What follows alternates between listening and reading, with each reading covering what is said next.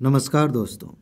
इस वीडियो का मैक्सिमम लाभ लेने के लिए आपको थोड़ा सा बैकग्राउंड समझना होगा।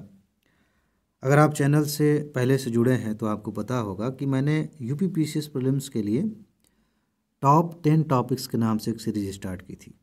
मैंने कहा था कि मैं आपको 70 टॉपिक्स बताने जा रहा हूं और फिर से दोहरा देता हूं कि अगर आपने इन 70 टॉपिक्स को बहुत अच्छे से तैयार कर लिया तो यूपी पीसीएस प्रीलिम्स के बारे में आपको चिंता करने की ज़रूरत नहीं है। अगर आपका बेसिक क्लियर है, सिर्फ ये 70 टॉपिक्स आपने तैयार किए हैं, आप आसानी से प्रीलिम्स क्वालिफाई कर सकते हैं।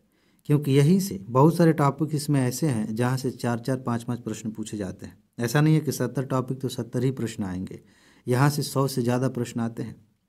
सिर्फ इतना अभी पढ़िए, इसके बाद अगर समय बच गया तो बाकी चीज़ें पढ़िएगा, ये बहुत महत्वपूर्ण है। एक चीज़ और याद दिला देता हूँ कि इस सीरीज़ में मैंने 3 विषय ऑलरेडी कवर कर लिए थे, हिस्ट्री, ज्योग्राफी, पॉलिटी। इन 3 विषयों के 10-10 टॉपिक्स यानी कि 30 टॉपिक्स मैंने ऑलरेडी आपको बता दिए। अब एक उपाय ये हो सकता है कि मैं कहूँ लिंक दे रहा हूँ और जाकर देखिए। दूसरा उपाय हो सकता है कि मैं इसी में ऐड कर दूँ ताकि आप एक ही साथ ये सारे 70 टॉपिक्स देख सकें और उन्हें तैयार कर सकें। तो आप चिंता मत करिए, उन विषयों के जो टॉपिक्स मैंने बताए थे उन्हें मैं इसी वीडियो के लास्ट में ऐड कर दूंगा। ठीक, एक चीज़ और याद दिला दूं कि ये जो महत्वपूर्ण टॉपिक्स हैं इनसे पिछले 34 वर्षों में बहुत सारे प्रश्न पूछे गए हैं और इन 34 वर्षों में वो सारे एरिया कवर कर लिए गए हैं जो इम्पोर्टेंट हैं, जिनको घुमा फिरा कर बार बार फिर पूछा जा रहा है। और आप जानते हैं मैं क्या कह रहा हूँ। हम 34 वर्षों की सीरीज़ चला रहे हैं, सारी वीडियोज़ चैनल पर पड़ी हुई हैं। करेंट अफेयर की नोट दे रहे हैं, उसी में शामिल है वो भी, उसके भी वीडियो पड़ी हुई हैं। उसे मत छोड़िए, उसे पढ़ कर जाइए, अच्छे से तैयार करके जाइए। समय कम है, कुछ ही घंटों में आप इसे बार बार रिवाइज कर सकते हैं, तो आप नोट ले सकते हैं। नोट लेने के लिए व्हाट्सएप नंबर है, इस पर मैसेज करिए, आपको नोट मिल जाएगी और आप बार बार रिवाइज कर पाएंगे। ठीक है, अब चलते हैं टॉपिक्स की तरफ। आज हम आगे बढ़ेंगे इकोनॉमी से। यूपी पीसीएस अगर आपने एक बार भी दिया हो या कभी गलती से पेपर देख लिया हो तो आपको पता होगा कि कोई ऐसा वर्ष नहीं होगा जब बजट से प्रश्न नहीं आएंगे। बजट से हर साल प्रश्न आते हैं और दोनों तरह के बजट, यूपी का बजट और केंद्र सरकार का बजट। इसको आपको कैसे देखना चाहिए? यूपी के बजट में कभी कभी बजट का आकार पूछ लिया जाता है कि इस बार कितने रुपए का, कितने लाख करोड़ का बजट था, ये एक होता है। बाकी केंद्र वाले बजट का साइज मतलब उतना महत्वपूर्ण नहीं है, लेकिन इन दोनों तरह के बजट में आपको कुछ बातें ध्यान रखनी है। सबसे पहली बात, बजट में किन योजनाओं की घोषणा की गई है ये आपको पता होना चाहिए, बहुत महत्वपूर्ण है। और योजनाओं के साथ साथ कुछ लक्ष्य घोषित किए जाते हैं, उन्हें भी आप देखिए। ये सबसे महत्वपूर्ण एरिया है। बजट में दुनिया भर की बातें होती हैं, कहाँ कितना पैसा आया, कितना गया, ये तो है ही, लेकिन ये 2 बातें सबसे ज़्यादा इम्पॉर्टेंट हैं। यूपी पीसीएस में थोड़ा और स्पेसिफिक हो जाएंगे तो पता चलेगा कि एक टाइप का क्वेश्चन पूछा जाता है कि किस योजना के लिए कितना बजट निर्धारित किया गया। ये जो योजना की बात हम कर रहे हैं, महत्वपूर्ण योजना जैसे मनरेगा है, कुछ महत्वपूर्ण योजनाएं लगातार आती ही रहती हैं। हो सकता है कि बजट में ही कोई योजना लॉन्च की गई है, उस पर आपसे पूछ लिया जाए कि इसके लिए कितना बजट निर्धारित किया, कितने पैसे इसके लिए तय किए गए हैं। तो इस एंगल से आप बजट तैयार करेंगे, आपका टॉपिक तैयार हो जाएगा। बैंकिंग व्यवस्था से प्रश्न पूछे जाते हैं। ये थोड़ा सा, सिर्फ टॉपिक की बात करें तो बहुत बड़ा चैप्टर हो जाएगा अपने आप में, लेकिन अगर थोड़ा अंदर जाकर देखें तो यहाँ पर कंसेप्चुअल क्वेश्चंस कम आते हैं। इसी से यूपीएससी भी हर साल क्वेश्चंस पूछती है, लेकिन हम पीसीएस की बात कर रहे हैं तो बैंकिंग व्यवस्था से कुछ समितियाँ बनी हैं, वहाँ से प्रश्न आ जाते हैं। बैंकों का राष्ट्रीयकरण किया गया था, वहाँ से प्रश्न पूछे जाते हैं। कुछ बैंक, अलग अलग तरह के बैंक होते हैं ना, जो चर्चा में होते हैं, वहाँ से प्रश्न पूछ लिए जाते हैं। आरबीआई की जो नीतियाँ हैं उनमें भी जो आंकड़े हैं, जो नई नीति है, समिति ने कुछ घोषणा की है, तो वहाँ से प्रश्न पूछ लिए जाते हैं। इस एंगल से देखिए। बाकी ये जो अलग अलग दरें होती है, बैंक दर, रेपो रेट, ये सब उतना महत्वपूर्ण नहीं है, कभी कभी रेयरली पूछ लिया जाता है। यूपीएससी के लिए ज़्यादा महत्वपूर्ण है वो। ठीक है, बहुत बार ऐसा होता है कि आरबीआई कुछ रिपोर्ट्स निकाल देती है, वहाँ से क्वेश्चंस आ जाते हैं। ठीक है, तो इस एंगल से आप इसे तैयार करें, आपकी तैयारी अच्छी हो जाएगी। पीवाईक्यू आप देखेंगे तो और समझ में आएगा कि किस डायरेक्शन में जाना है। इसके बाद तीसरा टॉपिक एग्रीकल्चर से। क्या कभी ऐसा हुआ है कि कृषि से क्वेश्चन ना पूछा जाए? हर साल एग्रीकल्चर से क्वेश्चन पूछा जाता है और इसके दो हिस्से हैं। योजनाओं की बात हम कई बार कर रहे हैं, आगे भी यहाँ भी योजना आप देख रहे हैं। तो कृषि से संबंधित योजनाएं, कृषि के प्रकार कितने होते हैं, सिंचाई की जो पद्धतियां हैं वहाँ से क्वेश्चंस पूछ लिए जाते हैं। फसल उत्पादन में कौन सा राज्य अग्रणी है, फसलों में आप चाहे वो खाद्यान्न फसलें हों, सब्जियां हों, फल हो, वाणिज्यिक फसलें हों, कैटेगरी वाइज आप इसे देख लीजिए, यहाँ से क्वेश्चंस आते हैं। ठीक, इसके बाद इसी में हरित क्रांति वगैरह भी शामिल कर लीजिए कृषि क्षेत्र। जब आप ये चैप्टर पढ़ेंगे तो सब समझ में आएगा। योजनाएं, हर साल योजनाओं से प्रश्न आते हैं। इकोनॉमी में जब मैं योजनाओं को रख रहा हूँ, हो सकता है कि आगे एक बार और डिस्कस करूँ, फिलहाल यहीं पे मैं बता देता हूँ। दो सेक्शंस हैं। एक है पुरानी योजना है, 1990 की योजनाएं पूछी जा रही हैं, 2002 की, 2005 की योजनाएं पूछी जा रही हैं। और ऐसा नहीं कि सारी योजनाएं जो महत्वपूर्ण है, रोजगार से संबंधित, सामाजिक कल्याण से संबंधित, वहाँ से प्रश्न आते हैं। तो और उसमें भी ऐसा नहीं है कि डिटेल में पूछा जाता है, दो ही बातें पूछी जाती हैं। योजना कब लॉन्च की गई थी और उसका उद्देश्य क्या था। कई बार योजना का वर्ष उससे मिलान करने के लिए पूछ दिया गया, या फिर योजना का उद्देश्य क्या है उससे मिलान करने के लिए पूछ दिया गया। पिछले साल के क्वेश्चन आप देख लीजिए, समझ में आ जाएगा। अभी तो वीडियो आई है 34 साल वाली, 2024 का मैंने नोट दिखाया था आपको, उसे देखेंगे सब समझ में आएगा कैसे कैसे क्वेश्चन बनते हैं। और इसी का एक दूसरा हिस्सा है जो करंट से जुड़ा हुआ है। इसकी बात हमने बजट में की, नई नई योजनाएं लॉन्च होती रहती है तो उनके बारे में थोड़ा सा डिटेल देखना होता है। बजट क्या है, उद्देश्य क्या है, किस मंत्रालय ने इसे जारी किया है, ये सब देखना होता है। इसके बाद आगे बढ़ें। आर्थिक सर्वेक्षण से प्रश्न पूछे जाते हैं। तो इकोनॉमी सर्वे में आप जानते हैं, अभी मैंने करंट में आपको पढ़ाया था, ये करंट अफेयर का ही क्वेश्चन है। इसमें पुरानी चीज़ें उतनी महत्वपूर्ण नहीं होती। जो लेटेस्ट आर्थिक सर्वे आया है उसमें जो महत्वपूर्ण आंकड़े बताए गए हैं, मैंने एक मैराथन वीडियो बनाई है 5 घंटे 40 मिनट की, उसमें विस्तार से, शुरुआत में ही शायद है ये, तो विस्तार से सब कुछ मैंने कवर कराया, उसे आप देख लेंगे, आपकी तैयारी हो जाएगी। पंचवर्षीय योजनाओं से प्रश्न खूब पूछे गए हैं, लगातार नहीं आते हैं लेकिन 1-2 साल के गैप पे यहाँ से प्रश्न आते रहते हैं। इसका भी सीधा फंडा है कि कौन सी योजना कब लॉन्च की गई थी, योजना अवकाश आप देख लीजिए, और योजनाओं में उद्देश्य क्या था, किस योजना को क्या नाम दिया गया है, और कौन सा मॉडल, मतलब किस मॉडल पे आधारित था, ये सब पूछा जाता है। ये तैयार कर लीजिए, आपका काम हो जाएगा।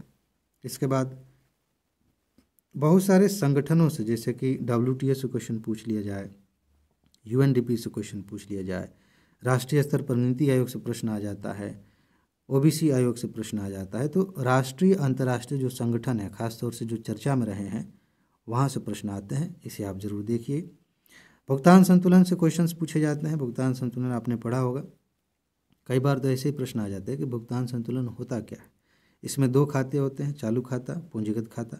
इनके बारे में थोड़ा सा आप जानेंगे, आपका काम हो जाएगा। ठीक है, कौन सी, किस तरह के पैसे को हम चालू खाते में रखते हैं, आय व्यय को, और किस तरह के लेन देन को हम पूंजी खाते में रखते हैं, इतना बस आपको पता है और बेसिक कंसेप्ट इसका क्लियर है, तो ये टॉपिक आपका तैयार हो जाएगा। गरीबी बेरोजगारी से हर साल प्रश्न आ रहे हैं। 2 एंगल हैं इसके। एक है कि गरीबी बेरोजगारी को दूर करने के क्या क्या उपाय हैं। इसमें योजनाएं भी शामिल हैं, कानून भी शामिल है। जैसे पिछली बार वो जो कानून बनाया गया 2013 वाला, उस पर क्वेश्चन पूछ लिया गया था। तो इस तरह के एंगल से आप देखिए। और दूसरी चीज़ कि जो इकोनॉमी सर्वे आ रहा है उसमें जो आंकड़े आते हैं गरीबी से संबंधित, बेरोजगारी से संबंधित रिपोर्ट्स आती हैं, उन्हें आप तैयार कर लीजिए। ठीक, मानव विकास सूचकांक, ये हमेशा के लिए फेवरेट टॉपिक है UPPCS में, हर साल यहाँ से प्रश्न आते हैं। पिछली बार 2 क्वेश्चन आए थे यहाँ से। तो मानव विकास सूचकांक में एक बेसिक चीज़ होती है कि इसे कौन जारी करता है, क्या क्या पैरामीटर्स होते हैं, और दूसरा एंगल होता है कि अभी जो लेटेस्ट मानव विकास सूचकांक आया है उसमें भारत की रैंकिंग क्या है, स्कोर क्या था, और टॉप 3 या 4 आप देख लें कौन से देश थे, आपकी तैयारी हो गई। इन्वायरमेंट से आप देखिए, पर्यावरण और पारिस्थितिकी से, तो प्रदूषण से हर साल प्रश्न आ रहे हैं। प्रदूषण में खास तौर से जल प्रदूषण और वायु प्रदूषण, इसी में आप अम्ल वर्षा देखते हैं, बार बार क्वेश्चन आते हैं। तो ये जो प्रदूषण है, कारण से उतने प्रश्न नहीं आते कि वायु प्रदूषण कैसे हो रहा है, लेकिन उसका प्रभाव, जैसे अम्ल वर्षा हुआ या फिर और भी स्वास्थ्य संबंधी समस्याएं हैं, उनको मापने के लिए जो स्केल बनाए गए हैं, जो रिपोर्ट इससे संबंधित हैं। जल प्रदूषण में उससे क्या क्या बीमारियां होती हैं। हाँ, जल प्रदूषण में कारणों से भी ज़्यादा क्वेश्चन आते हैं कि कौन सा तत्व मिल जाता है पानी में तो कौन सा असर दिखता है, क्या उसका प्रभाव होता है। तो इस एंगल से आप प्रदूषण को तैयार करिए, बहुत महत्वपूर्ण है। जलवायु परिवर्तन पर क्वेश्चन हर साल आ रहे हैं, इस बार भी प्रश्न आएंगे। और इससे तैयार करने का भाई एक तरीका ये है, जो सबसे पहले आपको ध्यान में रखना है कि अभी हमारी जो दुनिया है, जो धरती है, जलवायु परिवर्तन से संबंधित सारे देश मिलकर किस पर काम कर रहे हैं। तो पता चलेगा कि सस्टेनेबल डेवलपमेंट गोल में कुछ बातें हैं, पेरिस समझौते में कुछ चीज़ें हुई थी, कार्बन उत्सर्जन से संबंधित कुछ समझौते किए गए थे, वो आप देखिए। बाकी बेसिक कंसेप्ट ये होता है कि इसका कारण क्या है, इसका प्रभाव क्या है, ये कहानी आपको पता होनी चाहिए, ठीक है। बाकी इससे संबंधित जो समझौते हैं, सरकार की कुछ योजनाएं हैं, वहाँ से प्रश्न आ जाते हैं। राष्ट्रीय उद्यान और टाइगर रिजर्व, ये आपको याद करना होता है। नेशनल पार्क और tiger reserve, wild life sanctuaries से कम क्वेश्चंस आते हैं। यूपी स्पेशल अगर आप देख रहे हैं तो पक्षी अभ्यारण्य से भी क्वेश्चंस आ जाते हैं, वन्यजीव अभ्यारण्य से क्वेश्चन आ जाते हैं। तो यूपी का तो आप सारी कैटेगरी देखिए, लेकिन राष्ट्रीय स्तर पर आप देख रहे हैं तो नेशनल पार्क और टाइगर रिजर्व आप याद रखिए, आपका काम हो जाएगा, ठीक है।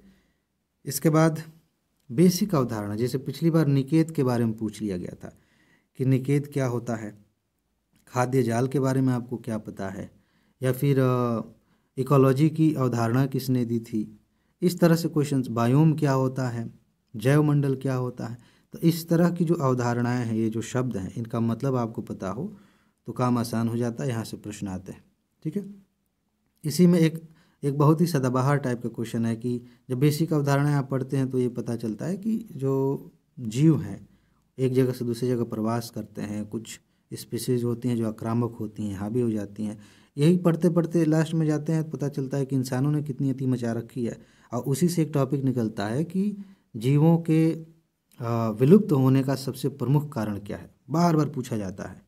और उसका सीधा सा आंसर होता है कि इंसानों ने आवास नष्ट किए हैं, वही उसका उत्तर होता है। तो ये बेसिक अवधारणाओं में आप ये भी समझ जाते हैं, ठीक है। इसके बाद पर्यावरण संबंधी दिवस, आर्द्र भूमि दिवस कब मनाया जाता है, ओजोन दिवस कब मनाया जाता है। इस तरह से बहुत सारे दिवस हैं जो पर्यावरण से संबंधित है। ये नोट आपको दी गई है, करंट में भी है, 34 साल वाली सीरीज़ में भी है। आप ये पर्यावरण संबंधी दिवस याद कर लीजिए। छोटा सा टॉपिक, लगभग 10-15 दिवस होंगे, उतना रट लिया, एक क्वेश्चन लड़ जाएगा।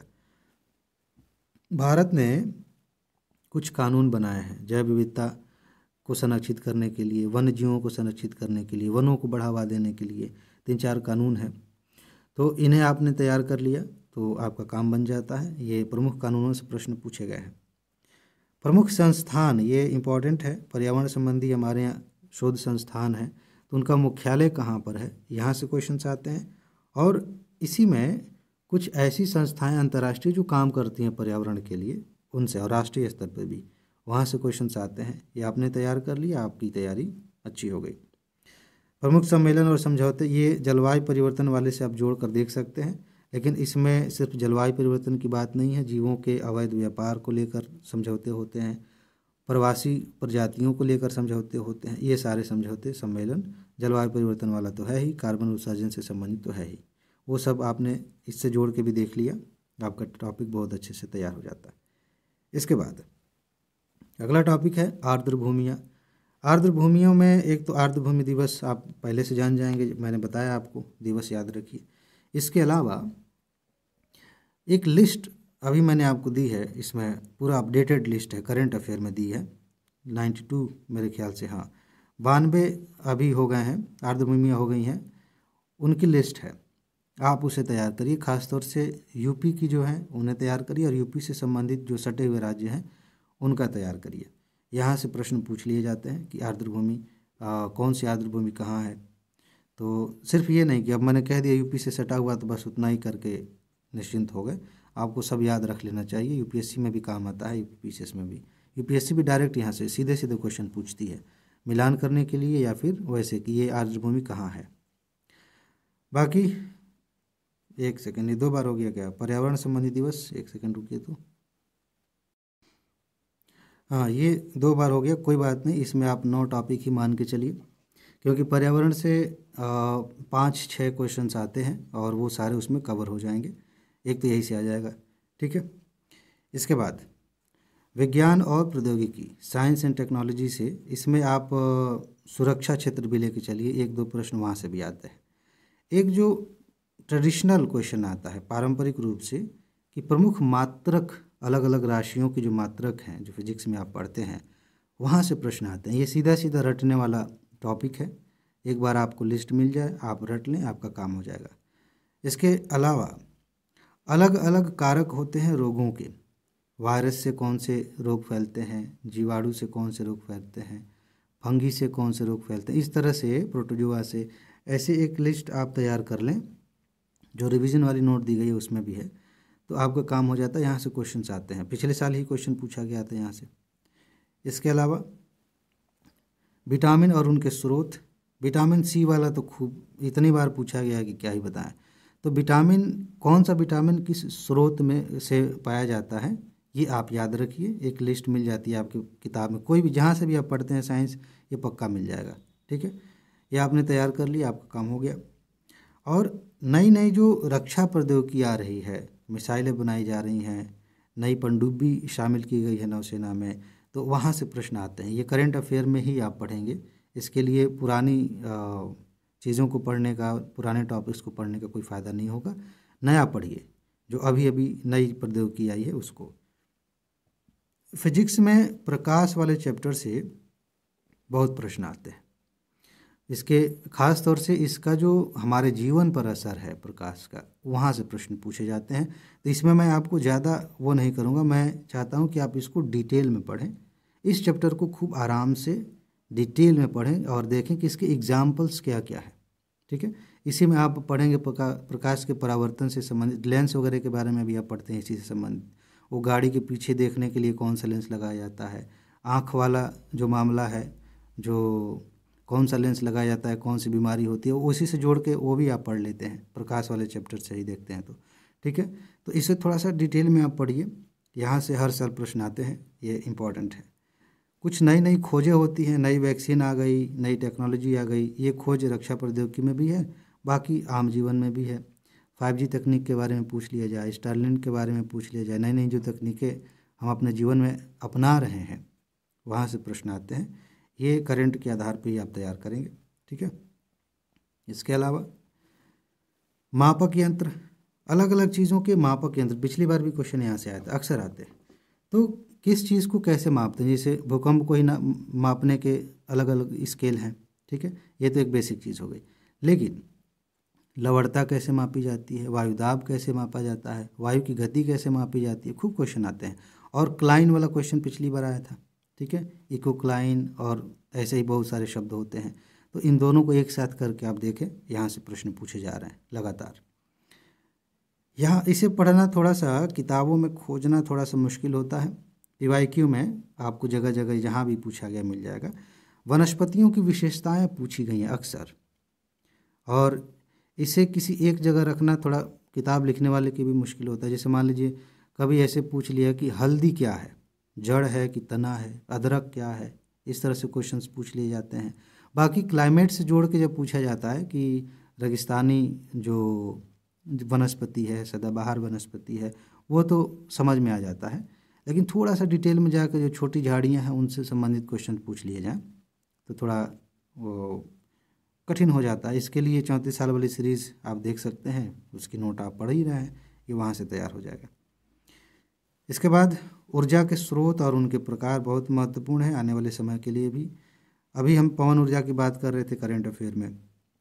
अलग अलग ऊर्जा, पारंपरिक ऊर्जा और नवीन ऊर्जा जो है, इथेनॉल की बात हो रही है। तो ऊर्जा के स्रोत कौन कौन से, मान लीजिए इसी बार इथेनॉल पे क्वेश्चन पूछ लिया जाए, और आने की संभावना बहुत ज़्यादा, आप जानते हैं क्यों। ठीक है, कि किस चीज़ से इथेनॉल बनाया जाता है, कितना सिंपल सा क्वेश्चन है, और आप नहीं बता पाएंगे फिर मामला गड़बड़ा जाएगा।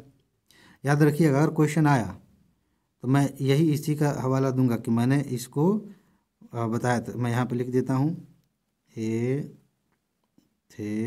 इथेनॉल भी कहते हैं ना, इथेनॉल, इथेनॉल, ये मैं लिख दिया। अगर यहाँ से क्वेश्चन आया तो मैं बताऊंगा कि मैंने आपको बताया था, अब आपने तैयार नहीं किया तो मैं क्या करूं। ठीक है, तो अलग अलग स्रोत जो हैं, चाहे बायो एनर्जी हो, बायोफ्यूल हो, या फिर नवीकरणीय ऊर्जा में सौर ऊर्जा की बात करें, ये आप देखिए। और इसमें भारत की स्थिति क्या है, इसे भी थोड़ा सा देख लीजिए, करंट से जोड़ के आपका काम हो जाएगा। मानव शरीर और उसकी क्रियाएं, पिछली बार का PYQ देखा आपने, अभी नोट में तो था, देख लीजिए, अभी वीडियो आई है। तो मानव शरीर से संबंधित प्रश्न आते हैं, कभी आँख से जोड़ के, कभी हृदय से जोड़ के, या किसी बीमारी से कौन सा अंग प्रभावित होता है इस एंगल से। तो एक बार अपने शरीर के बारे में थोड़ा जान लेंगे इसी बहाने, कैसे आपका शरीर काम करता है। तो इस यहाँ से क्वेश्चंस पूछे जाते हैं, ये आप अच्छे से तैयार करिए। जैसे प्रकाश के बारे में मैंने कहा कि थोड़ा डिटेल में पढ़िए, वैसे ही ये टॉपिक है, इसको थोड़ा डिटेल में पढ़िए। एक ही चैप्टर है और बहुत बड़ा भी चैप्टर नहीं है, आप पढ़ सकते हैं अच्छे से। इसके बाद अनिवार्य टॉप 10 टॉपिक्स, ये सबसे ज़्यादा इंटरेस्टिंग है। अनिवार्य, अभी मैंने कहा कि टॉप 10, उसमें मैंने 1-2 बताया कि रेगुलर तो नहीं आता लेकिन 1-2 साल में आता है। ये जो 10 टॉपिक हैं ये कंपलसरी टाइप के टॉपिक्स हैं, मतलब यहाँ से क्वेश्चन आना ही आना। यहाँ से नहीं आया मतलब फिर वही बात कि अगर यहाँ से क्वेश्चन नहीं आया तो आपने यूपी पीसीएस का एग्ज़ाम नहीं दिया। तो देखिए कौन कौन से वो 10 टॉपिक्स हैं। सबसे पहले टॉपिक में आप देखिए महत्वपूर्ण दिवस। क्या कभी ऐसा हुआ है कि दिवसों से प्रश्न न पूछा जाए? आपके पास लिस्ट है, करंट वाले में भी और स्टैटिक में भी दिया गया है। हर साल यहाँ से क्वेश्चन आते हैं, 1 से लेकर 3 तक प्रश्न आए हैं। क्या कभी ऐसा हुआ है कि जनगणना से संबंधित क्वेश्चन ना आए? हर साल प्रश्न आ रहे हैं। क्या ऐसा हुआ है कि प्रमुख रिपोर्ट और सूचकांक से संबंधित क्वेश्चंस ना आए? हर साल प्रश्न आ रहे हैं, इसकी नोट भी आपको दी गई है, यह आपको तैयार करना है। क्या कभी ऐसा हुआ है कि पुरस्कारों से प्रश्न आए हों? ऐसा संभव नहीं है, हर साल प्रश्न पूछे जा रहे हैं यहाँ से। ये वो टॉपिक्स हैं जहाँ से प्रश्न आते ही आते हैं। अब आपके ऊपर है कि ये जानने के बाद भी इसे स्किप करते हैं या तैयार करते हैं। इसके बाद खेल से प्रश्न हर साल पूछे जाते हैं। कभी कभी खेल के रिजल्ट से संबंधित, खेल में कोई स्पेशल बात हुई है वहाँ से, कभी कभी खेल के पुरस्कार पूछ लिए जाते हैं। तो ये चीज़ आप ध्यान रखिए। इसके अलावा क्या कभी ऐसा हुआ है कि किताबों से क्वेश्चन ना आए हों? इतिहास में तो आते ही हैं, वो छोड़ दीजिए। नवीन किताबें जो पिछले साल भर 6 महीने प्रकाशित हुई हैं, वहाँ से क्वेश्चंस हर साल प्रश्न यहाँ से आ रहे हैं। ये लिस्ट आपको तैयार होनी चाहिए। नई योजनाएं, ये तो आप जानते हैं, मैंने आपको पहले ही बताया था कि योजनाओं से तो हर साल क्वेश्चन आ रहा है। नई योजनाएं, देखिए 2 तरह के प्रश्न आते हैं, कुछ पुरानी योजनाएं, कुछ नई योजनाएं।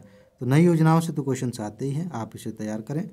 और यहाँ से भी नवनिर्वाचित राष्ट्रपति प्रधानमंत्री, यहाँ से भी हर साल क्वेश्चन आ रहे हैं। दुनिया के किस देश में कौन व्यक्ति राष्ट्रपति प्रधानमंत्री बने हैं, वहाँ से क्वेश्चन आते हैं, इसे आप देख लीजिए।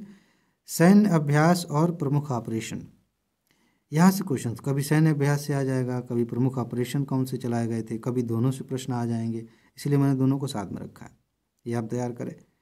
इसके बाद संगठनों संस्थाओं के मुख्यालय से हर साल एक क्वेश्चन आपको यहाँ से देखने को मिल जाता है, इसे आप तैयार करिए। फिर देखिए कितनी आसानी से आप प्रीलिम्स निकालते हैं।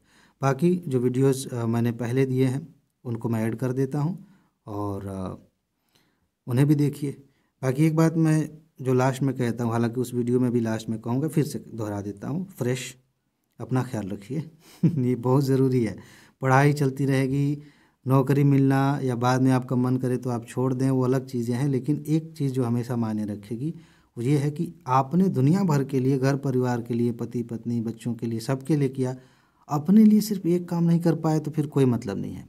वो है अपना ख्याल रखना। हर तरह से अपनी सेहत का ख्याल रखिए, अपनी मानसिक अवस्था का ख्याल रखिए और खुश रहिए, मस्त रहिए।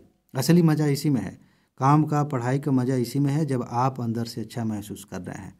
और इसके अलग अलग उपाय मैं समय समय पर बताता रहता हूँ, तो उसके लिए आप जुड़े रहिए, चैनल को सब्सक्राइब कर लीजिए। वीडियोस पसंद आती हैं तो आप लाइक करते रहा करिए, मुझे अच्छा लगता है। ठीक है जी, तो देखिए आगे का वीडियो देखिए, फिर भी ये सीरीज़ ख़त्म होगी। नमस्कार दोस्तों, आज से मैं एक ऐसी सीरीज़ स्टार्ट कर रहा हूँ जिसकी इस समय आपको सबसे ज़्यादा ज़रूरत है। यूपी पीसीएस प्रीलिम्स के लिए जितने भी महत्वपूर्ण विषय हैं उन विषयों से संबंधित मोस्ट इम्पॉर्टेंट टॉप 10 टॉपिक्स मैं आपको बताने जा रहा हूँ। इस सीरीज़ में 7 वीडियोज़ आएंगी, यानी कि कुल मिलाकर 70 टॉपिक्स मैं आपको बताऊँगा। और एक बात मैं दावे के साथ कह सकता हूँ, अगर आपने इन 70 टॉपिक्स को तैयार कर लिया है तो आप अभी से निश्चिंत हो सकते हैं कि आपका प्रीलिम्स होना ही होना है, कोई नहीं रोक सकता। अगर इनमें से कोई टॉपिक रह गया है जिसे आपने तैयार नहीं किया है तो तुरंत तैयार करिए, क्योंकि ये वो कोर टॉपिक्स हैं जिनको लेकर हर साल प्रश्न पूछे जाते हैं। बहुत से टॉपिक्स ऐसे भी हैं जहाँ से 4-5 प्रश्न पूछे जाते हैं। और एक चीज़ ध्यान रखिए कि अगर आपके मन में आ रहा है कि इनमें से किसी टॉपिक को छोड़ देते हैं, आगे बढ़ जाते हैं, तो ये गलती कभी मत करिएगा। क्योंकि अगर आपने इन टॉपिक्स को नहीं तैयार किया है तो समझ लीजिए कि आपने उस विषय को ही नहीं तैयार किया, बस ऊपर ऊपर मन बहलाने के लिए पढ़ लिया है और आपको लगता है कि तैयारी हो गई है। ऐसे तैयारी नहीं होती। जहाँ से प्रश्न पूछे जा रहे हैं, बार बार पूछे जा रहे हैं, वो टॉपिक्स तैयार होना ही चाहिए। आई बात समझ में? चलिए अब सीधे मुद्दे की बात करते हैं। आज हम बात करेंगे इतिहास की, कि इतिहास के टॉप 10 टॉपिक्स कौन से हैं जिन्हें आप अच्छे से तैयार कर लीजिए। और मैं सिर्फ टॉपिक्स नहीं गिनाऊंगा, क्योंकि अगर ऐसा करना हो तो 1 मिनट भी नहीं लगेगा, मैं पटाख से 10 टॉपिक्स बता दूंगा। मैं आपको ये भी बताने जा रहा हूँ कि उस टॉपिक के अंदर पढ़ना क्या है, किस डायरेक्शन में पढ़ना है, इसलिए खूब इत्मीनान से ध्यान से समझिए। ठीक है। सबसे पहला टॉपिक है इतिहास के स्रोत। सामान्य तौर पर जब हम प्राचीन भारत पढ़ते हैं तो शुरुआत हो जाती है कहानी की, वहाँ से सिंधु घाटी सभ्यता से। और ये देखने में ठीक भी लगता है। अगर आप कहानी समझना चाहते हैं, भारत के इतिहास को समझना चाहते हैं तो ठीक है, वहाँ से शुरू होता है। लेकिन ये एग्ज़ाम है और एग्ज़ाम में इसी के पैरेलल एक दूसरी लेयर होती है कि भाई आप सिंधु घाटी सभ्यता के बारे में जान रहे हैं, वैदिक काल के बारे में जान रहे हैं, मौर्य काल और गुप्त काल के बारे में जान रहे हैं। कैसे जान रहे हैं? किसने बताया आपको? कैसे पता चला? इसे ही कहते हैं इतिहास के स्रोत। और एग्ज़ाम के पॉइंट ऑफ व्यू से ये ज़्यादा इंपॉर्टेंट है बाकी घटनाओं की तुलना में। यूपीएससी भी यहाँ से खूब क्वेश्चंस पूछती है, पीसीएस में आप लगातार देख रहे हैं यहाँ से प्रश्न पूछे जा रहे हैं। तो इसे आप कैसे तैयार करेंगे? देखिए, बहुत से शासकों ने अभिलेख लिखवाए थे, उनके विशेषताओं से, किसने लिखवाया था, किस टाइम पीरियड का अभिलेख है, ये पूछा जा सकता है। साहित्य लिखे गए थे, बहुत सारे साहित्य आप याद किए होंगे, फिर से रिवाइज करिए। प्राचीन काल से लेकर मध्यकाल तक के साहित्य आपको याद रखने हैं। बहुत सारे विदेशी यात्री आए, प्राचीन काल में भी आए, पूर्व मध्यकाल में आए, मध्यकाल में आए। इन्होंने जो रचनाएं की हैं, यहाँ से भी प्रश्न पूछे जाते हैं। और सब में एक ही बात है कि भाई किसने लिखा है, किसके बारे में लिखा है और टाइम पीरियड क्या है। बस 3 चीज़ें अगर आपको पता है तो आप निश्चिंत हो जाइए, ये टॉपिक आपका तैयार हो गया है। बाकी अगर ये टॉपिक कमज़ोर है, नहीं तैयार है, तो 34 साल वाली जो सीरीज़ दी गई है, जो रिवीजन सीरीज़ दी गई है, आप देखेंगे ये सारी चीज़ें उसमें कहीं ना कहीं जहाँ जहाँ पूछा गया है सब आपको दिया गया है। इसीलिए मैं कहता हूँ कि जो समय बचा है, इस समय में सबसे बढ़िया स्ट्रेटजी ये होगी कि आप 34 साल वाली सीरीज़ को बार बार रिवाइज करें, जितनी बार हो सकता है उतनी बार रिवाइज करें। क्योंकि अभी एग्जाम के बाद फिर सबूत दिखाऊंगा। पिछली बार 93 क्वेश्चंस दिखाए थे, अभी फिर दिखाता हूँ, देखिए कितने सारे क्वेश्चंस आ रहे हैं। तो रिवीजन करिए।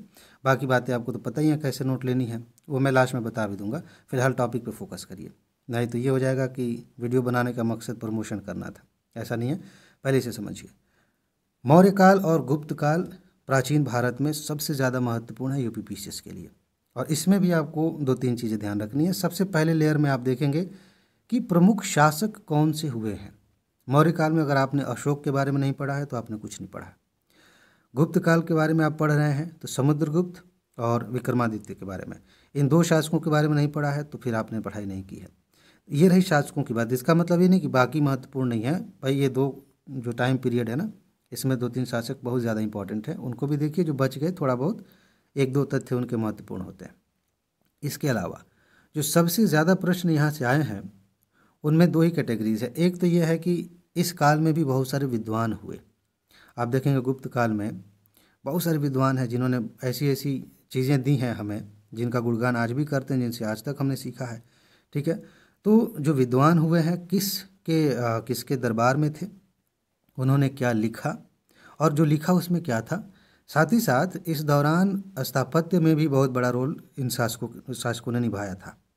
आप ये देखिए कि मौर्य काल और गुप्त काल में क्या क्या बनवाया गया। अगर मंदिर बनाया गया तो कौन से मंदिर। अभी मैंने अभिलेखों की बात की, किसी शासक ने अभिलेख लिखवाया था तो उसकी क्या खासियत थी। इस एंगल से आप देखेंगे तो समझ में आएगा। कुछ एक चीज़ और आपको मेरे ख्याल से ध्यान रखनी चाहिए। एक छोटी सी लिस्ट आपको मिल जाती है जिसमें पता चलता है कि जो पदाधिकारी थे उनके अलग अलग नाम होते थे, मतलब उस समय के हिसाब से नाम दिए गए थे। आज हम आधुनिक नामों से तुलना करके कहते हैं कि इसका मतलब मंत्री था, इसका मतलब ये था। तो उन नामों का मतलब आपको पता होना चाहिए। यूपीएससी का तो फेवरेट है, पीसीएस में भी यहाँ से प्रश्न पूछे जाते हैं। इस एंगल से आप इस टाइम पीरियड को पढ़िए, आपका टॉपिक तैयार हो जाएगा। इसके बाद तीसरा टॉपिक, ये बहुत नहीं, बौद्ध धर्म, बौद्ध और जैन धर्म।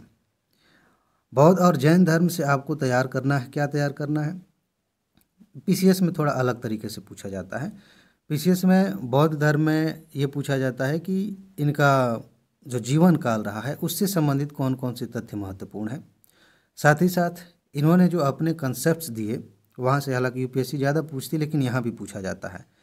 एक चीज़ आप ध्यान रखिएगा, बौद्ध और जैन साहित्य, इसको मैं काट ही देता हूँ, बौद्ध और जैन साहित्य आपसे बार बार पूछे गए हैं।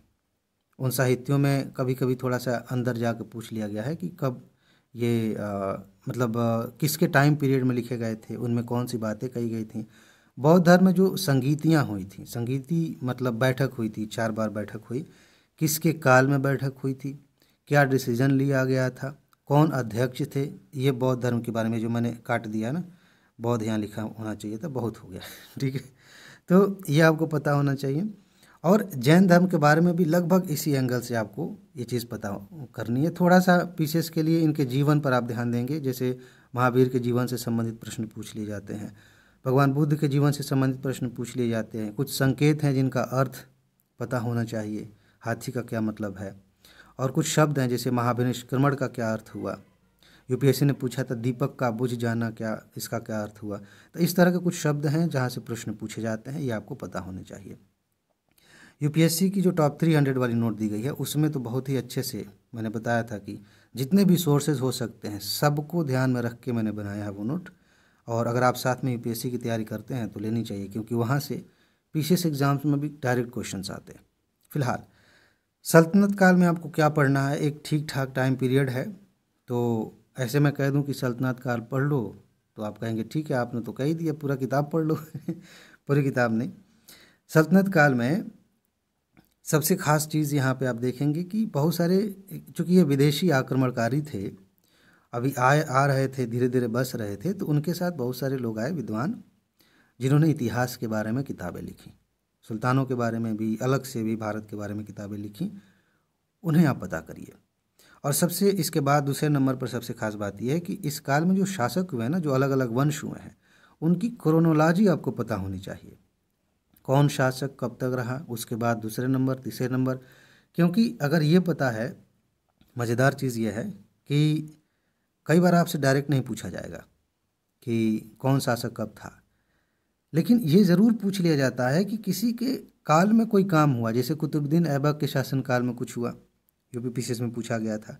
इसके बाद मुग़ल काल में कुछ कोई निर्माण कार्य हुआ, तो ऐसे पूछ लिया जाता है कि कौन सी घटना कब हुई थी, क्रम में लगाइए, आपको पता ही नहीं है, या फिर उसके बारे में पढ़ा तो है लेकिन सही जगह उसे रख नहीं पा रहे हैं। कैसे रख पाएंगे? जब आपको क्रम याद होगा कि कौन सा शासक कब था, तब धीरे धीरे चीज़ें ये समझ में आती हैं कि उसने क्या बनवाया था, तो वहीं जगह पर जाके वो फिट हो जाएगी। ठीक है, तो शासकों का क्रम, उन्होंने कौन से काम किए, जैसे अलाउद्दीन खिलजी की जो बाजार व्यवस्था है वहाँ से प्रश्न पूछ लिए जाते हैं। तुगलक वंश में आप देखेंगे कि जो अस्पताल, कृषि विभाग ये खोले गए थे, वहाँ से पूछ लिया जाता है। बलबन के सैन्य व्यवस्था पे क्वेश्चन पूछ लिया जाता है। कैसे पता चलेगा? जब आप क्रम याद रखेंगे। ठीक है, मुझे लगता है कि मुझे एक सफाई दे देनी चाहिए। अगर आप खूब ध्यान से देखें, वैसे आपको पता नहीं चलेगा, लेकिन खूब ध्यान से मेरी आवाज़ सुनेंगे तो आप समझ पाएंगे कि कहीं कहीं थोड़ी सी गड़बड़ हो रही है मेरे बोलने में। गड़बड़ कुछ नहीं है, एक्चुअली क्या है ना कि मुझे सर्दी होने वाली है, और अभी जब मैं बोल रहा हूँ तो बोलने में ज़्यादा हवा बाहर निकलती है और सांस लेने का कम समय मिलता है। इस दौरान क्या होता है कि कभी कभी सांस फूलने जैसी दिक्कत होने लगती है, कि बोलने में थोड़ी दिक्कत हो रही है। तो मैंने बगल में वो सूंघने वाला इनहेलर, क्या बोलते हैं, विक्स का कुछ आता है, वो रखा हुआ, इसलिए वीडियो पॉज करके उसे सूंघ रहा हूँ।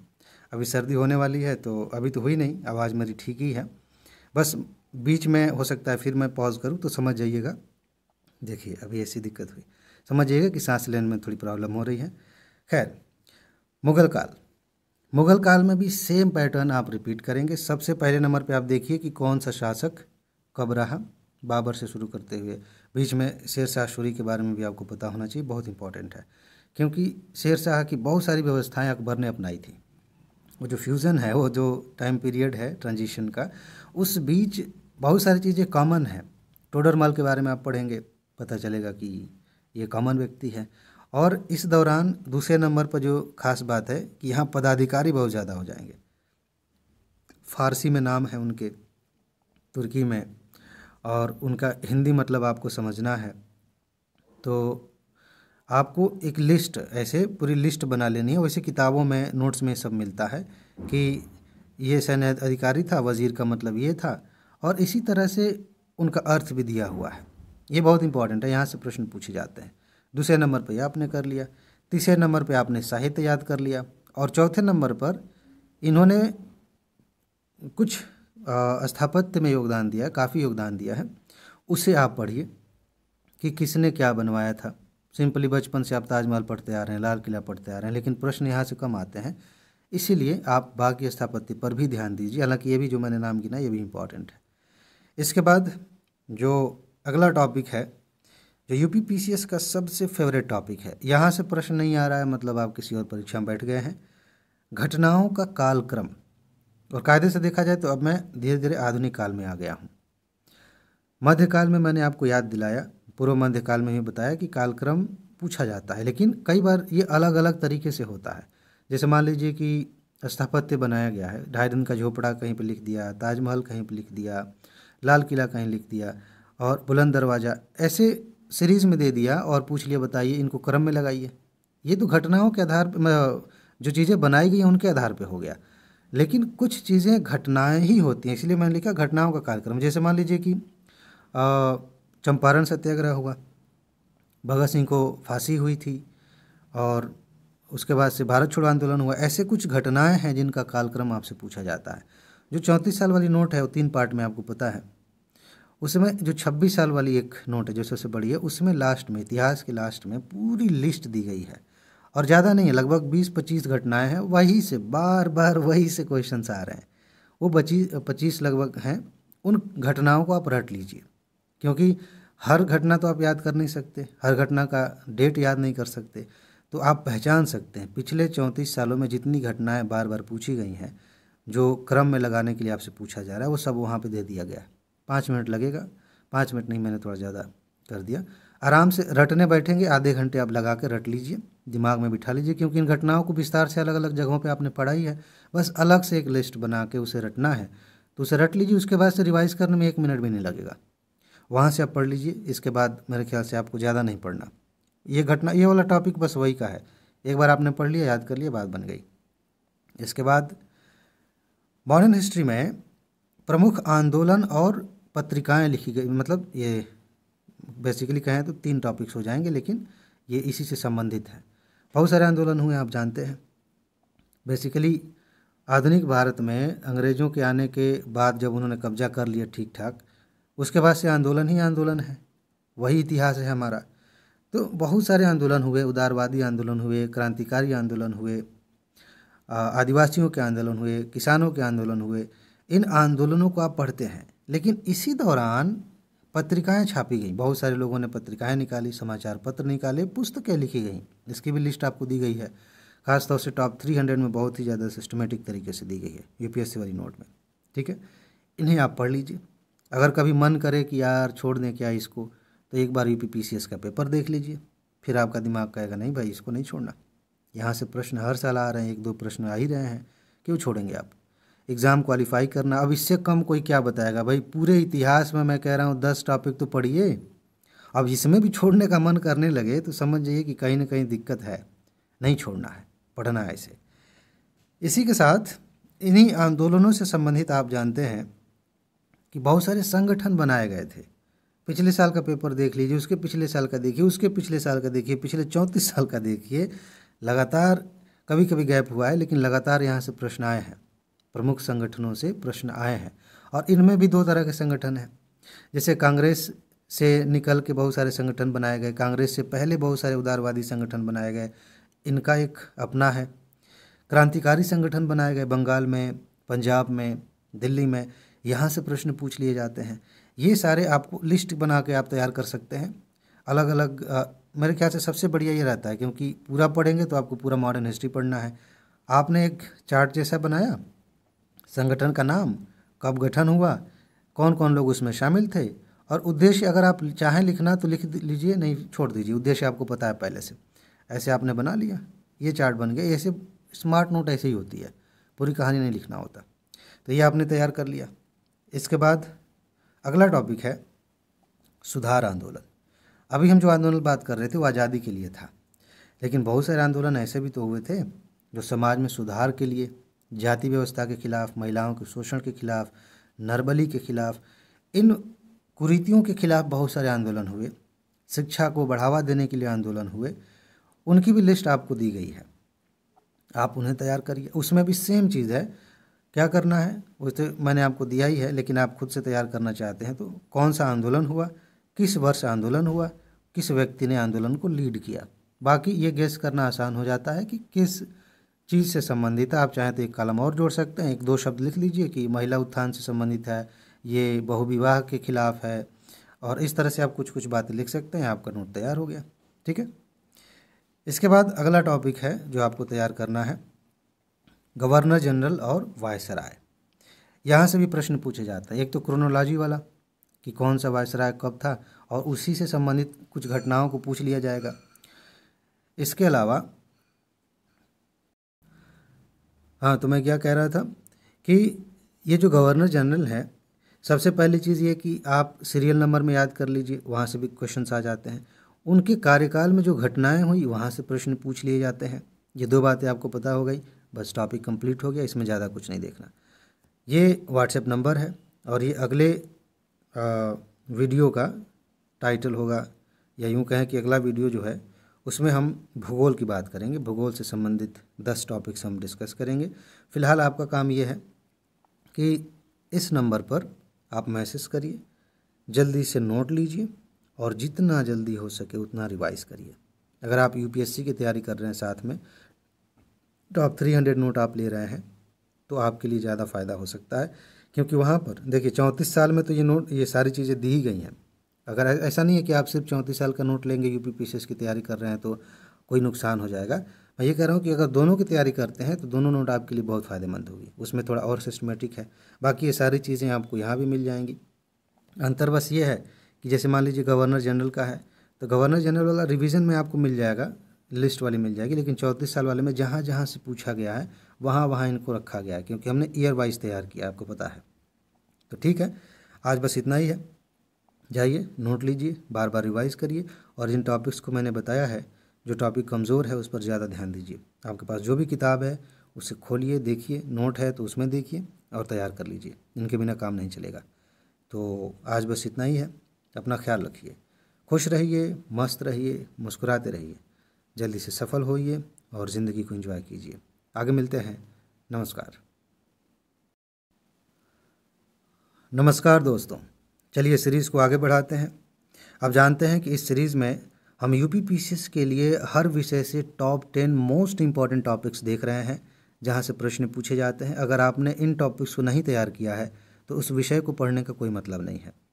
पिछली वीडियो में हमने इतिहास के टॉपिक्स देखे थे, अगर आपने वीडियो नहीं देखी है तो ज़रूर देखिए, तुरंत देखिए, उन टॉपिक्स को तैयार करिए। उस वीडियो में आपने ये वाला हिस्सा देख लिया था, जिसमें मैंने आपको बताया था कि ये व्हाट्सएप नंबर है, आप इस पर मैसेज करिए, और जो 34 साल वाली नोट दी जा रही है, जो रिवीजन नोट दी जा रही है और करंट अफेयर की, जल्दी से लेकर बार बार रिवाइज़ करिए, क्योंकि इस बचे हुए समय में यही वो नोट है जिससे आपको ज़्यादा फ़ायदा होगा। मैं यहाँ पे ये नहीं कह सकता कि ये नहीं लेंगे तो आप फेल हो जाएंगे, इसके बिना कुछ नहीं हो सकता। भाई बहुत सारे लोग हैं जो हमारी नोट नहीं पढ़ते, उनका भी सिलेक्शन होता है, बहुत सारे लोग नोट लेके सेलेक्ट होते हैं। लेकिन मामला ये है ना कि अभी जो समय बचा हुआ है उसमें आपको ये देखना चाहिए कि हम कितना समय इन्वेस्ट कर रहे हैं पढ़ाई में और बदले में कितना मिल रहा है, और उस रेशियो के हिसाब से देखेंगे तो इस समय इससे बेहतरीन नोट्स आपको नहीं मिलेंगी, क्योंकि इस नोट को आप कुछ ही घंटे में बार बार रिवाइज कर सकते हैं और डायरेक्ट यहाँ से क्वेश्चंस आते हैं। पिछली बार मैंने आपको 93 प्रश्नों के सबूत दिखाए हैं, इससे ज़्यादा कहने की कोई ज़रूरत ही नहीं है। बाकी आपके ऊपर है, आपको सही लगता है कि इस समय नोट ले लेनी चाहिए, तुरंत लीजिए, समय बर्बाद मत करिए। आगे बढ़ते हैं, और आज हम डिस्कस करेंगे भूगोल के 10 टॉपिक्स। मैंने मिक्स कर दिया भारत के भूगोल और विश्व के भूगोल को, ठीक है। देखिए, जो पहला टॉपिक है यूपीपीसीएस का फेवरेट, यूपीएससी का भी फेवरेट है, प्रमुख नदियां और उनकी सहायक नदियां। भारत के संदर्भ में ज़्यादा देखिएगा इसको। आप जानते हैं कि नॉर्मली भूगोल को पढ़ते समय हम नदियों को 2 भागों में बांट देते हैं भौगोलिक दृष्टिकोण से, कि उत्तर भारत की नदियाँ जिनको हम हिमालयी नदियाँ कहते हैं, दक्षिण भारत की नदियाँ जिनको हम प्रायद्वीपीय नदियाँ कहते हैं। हिमालयी नदियों में कुछ नदियाँ हिमालय के पार से आती हैं, आप जान गए अगर आपने पढ़ा, जैसे ब्रह्मपुत्र है, सिंधु है, सतलज है। कुछ नदियाँ हिमालय से निकलती हैं। इधर आप देखेंगे प्रायद्वीपीय नदियों में कुछ नदियाँ बंगाल की खाड़ी में गिरती हैं, मैं ऐसे बना देता हूँ, इधर गिरती हैं, और कुछ अरब सागर में गिरती हैं। ये तो हो गई नदियों की ऊपर ऊपर की कहानी।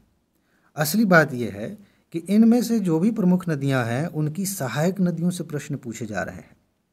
कौन किसकी सहायक नदी है? कभी कभी तो ऐसा प्रश्न भी आया है कि कौन इसके दाहिने किनारे पे मिलती है। थोड़ा ध्यान रखिएगा।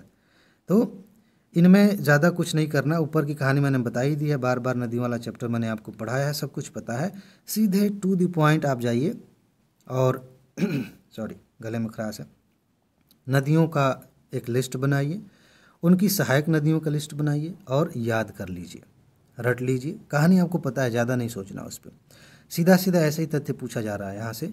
आपने इतना कर लिया, उसके बाद से रिवीजन करते समय थोड़ी बहुत कहानी कहीं कमज़ोर पड़ रही है तो देख लीजिए, अदरवाइज़ छोड़ दीजिए। समय कम बचा है, टू द पॉइंट वही पढ़ना है जहाँ से प्रश्न पूछे जा रहे हैं। ठीक, 34 साल वाली सीरीज़ दी गई है, उसमें भी है, रिवीजन में भी है। नदियों की लिस्ट आपको अलग अलग जगहों पर मिलेगी, जो ज़्यादा इंपॉर्टेंट है वो ज़्यादा रिपीट होगा।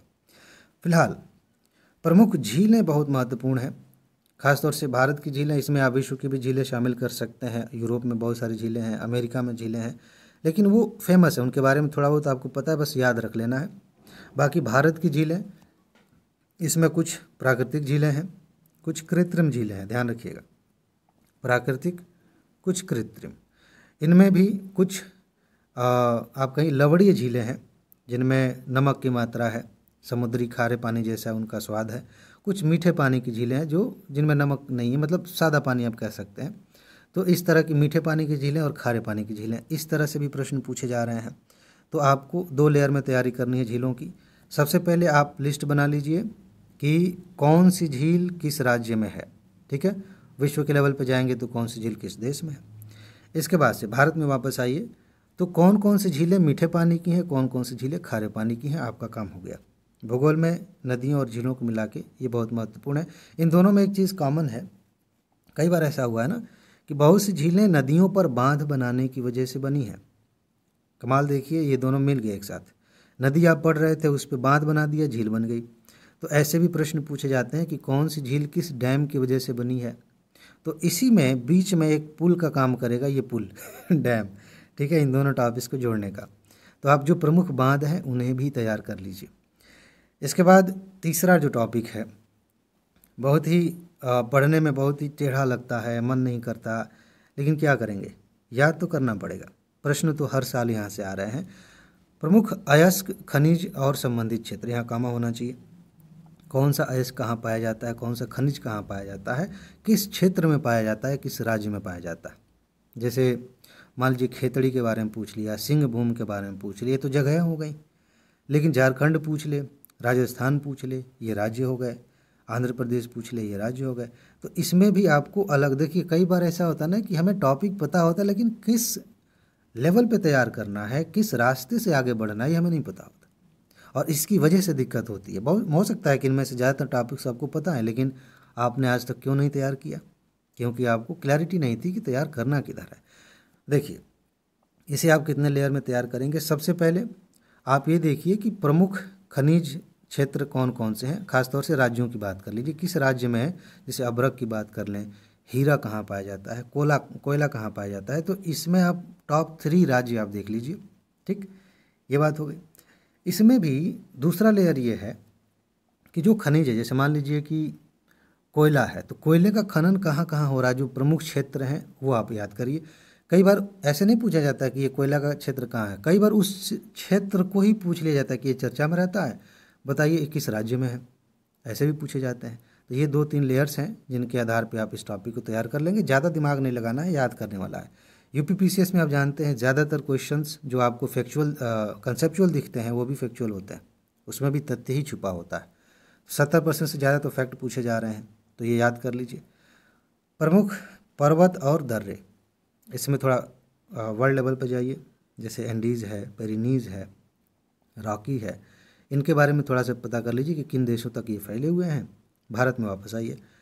भारत में हिमालय की जो पर्वत श्रेणियाँ हैं, जैसे हिमालय का जो पूरा पूरा पश्चिम विभाजन किया गया ऐसे ऐसे, कुमायूं हिमालय, उत्तरांचल हिमालय, पंजाब हिमालय, उसे आप देखिए। और यहाँ पर्वत लिखने से मतलब सिर्फ पर्वत नहीं है, इन पर्वतों में चोटियाँ हैं, उन चोटियों को भी आप देख लीजिए, हाइट के हिसाब से भी देख लीजिए। कई चोटियाँ ऐसी हैं जो नेपाल में हैं, बचपन से पढ़ते आए हैं, लगता है कि ये भारत में है। मुझे मेरे ख्याल से कक्षा 5 तक या उससे आगे तक ये लगता रहा कि एवरेस्ट भारत में है, ऐसी फीलिंग मुझे लगता था कि भारत का।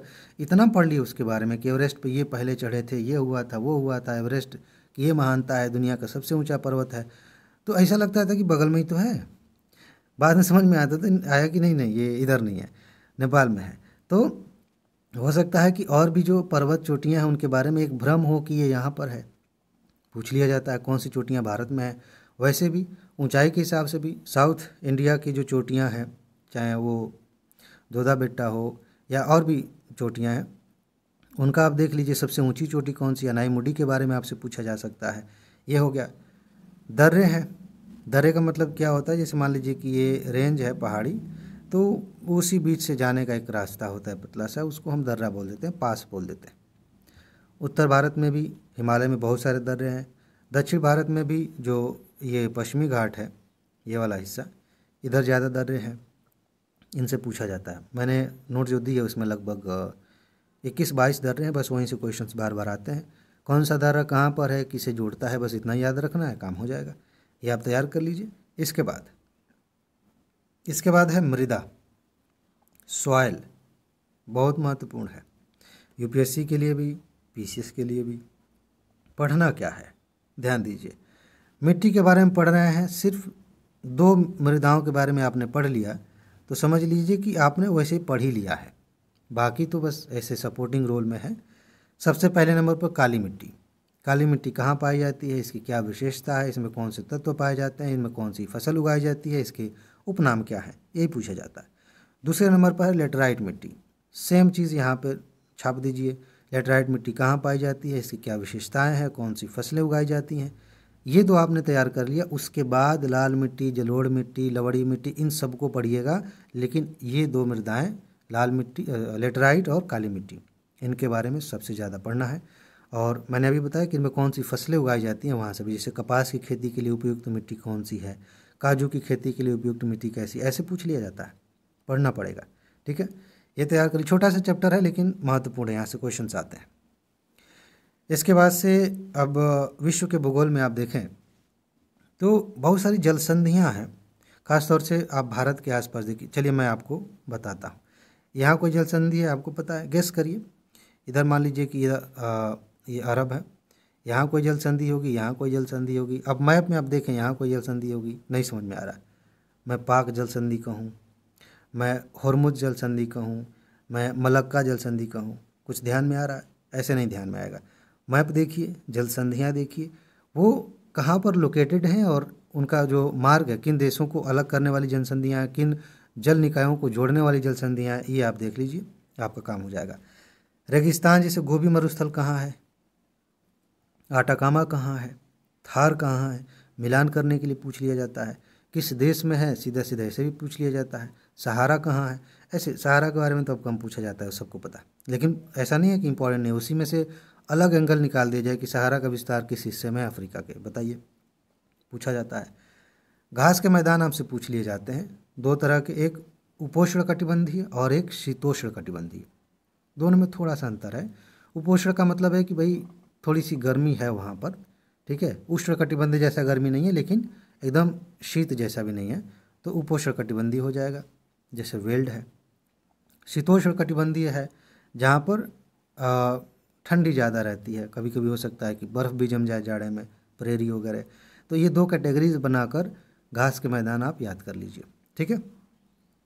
उसके बाद 7वां टॉपिक जो आपके लिए बहुत महत्वपूर्ण है, चर्चित देश और उनकी सीमाएं। यहाँ से हर साल एक प्रश्न आपको दिख जाएगा, ये करंट अफेयर का है। आप देखिए कैसे जानेंगे कि चर्चित देश कौन सा है। भाई हर देश अपने आप में चर्चा में है, साल भर चर्चा में, हर महीने चर्चा में है, कैसे जानेंगे किस देश की बात हो रही है? ध्यान से समझिए। यहाँ पर एक कैटेगरी ये होती है कि मान लीजिए कहीं झगड़ा चल रहा है, जैसे रूस और यूक्रेन में झगड़ा चल रहा है, तो ये दो इम्पॉर्टेंट हो गए। भारत के साथ अमेरिका का इस समय तकरार चल रहा है, अमेरिका इम्पॉर्टेंट हो गया।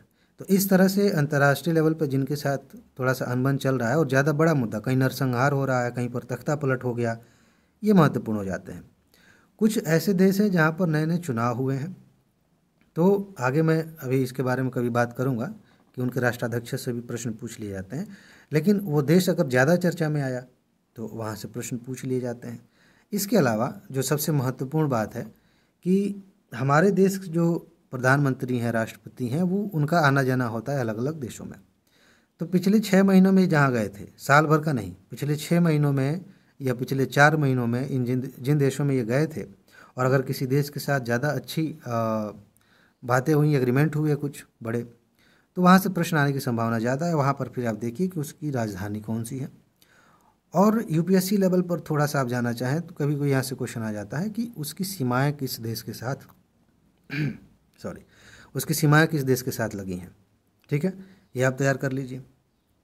इसके बाद वायुमंडल की संरचना, खूब प्रश्न यहाँ से आते हैं, हर साल आपको यहाँ से प्रश्न दिखेगा। अब देखिए कि इसमें आपको क्या पढ़ना है। सबसे पहले तो संरचना की बात हो रही है तो संरचना ही पढ़ लीजिए। क्या है, ये धरती है मान लेते हैं। धरती के ऊपर जो वायुमंडल है ना, वो अलग अलग लेयर्स में है। लेयर ऐसे नहीं बनी है कि आप देख लेंगे ये देखो ये पहला लेयर, दूसरा लेयर।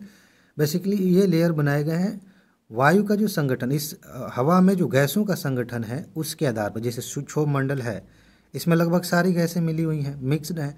इसके बाद जाएंगे तो घनत्व थोड़ा कम हो जाएगा, किसी खास तरह की गैस आपको मिलेगी। ऊपर जाएंगे तो पता चलेगा कि आयन के रूप में ही सब गैसें हैं। तो इस तरह से हमने बना दिया। तो ये जो अलग अलग सतह लेयर्स हमने बनाई हैं, इनकी विशेषताएं पूछ ली जाती हैं। जैसे क्षोभ मंडल से अलग अलग तरह के प्रश्न आते हैं। मौसमी घटनाएं कहाँ होती हैं, इसकी सबसे ज़्यादा ऊंचाई कहाँ पर होती है, नीचे से ऊपर जाने पर तापमान घटता है कि बढ़ता है, तमाम तरह की चीज़ें हैं। कौन सी गैस की मात्रा कितनी है, ये सब कुछ पूछा जाता है।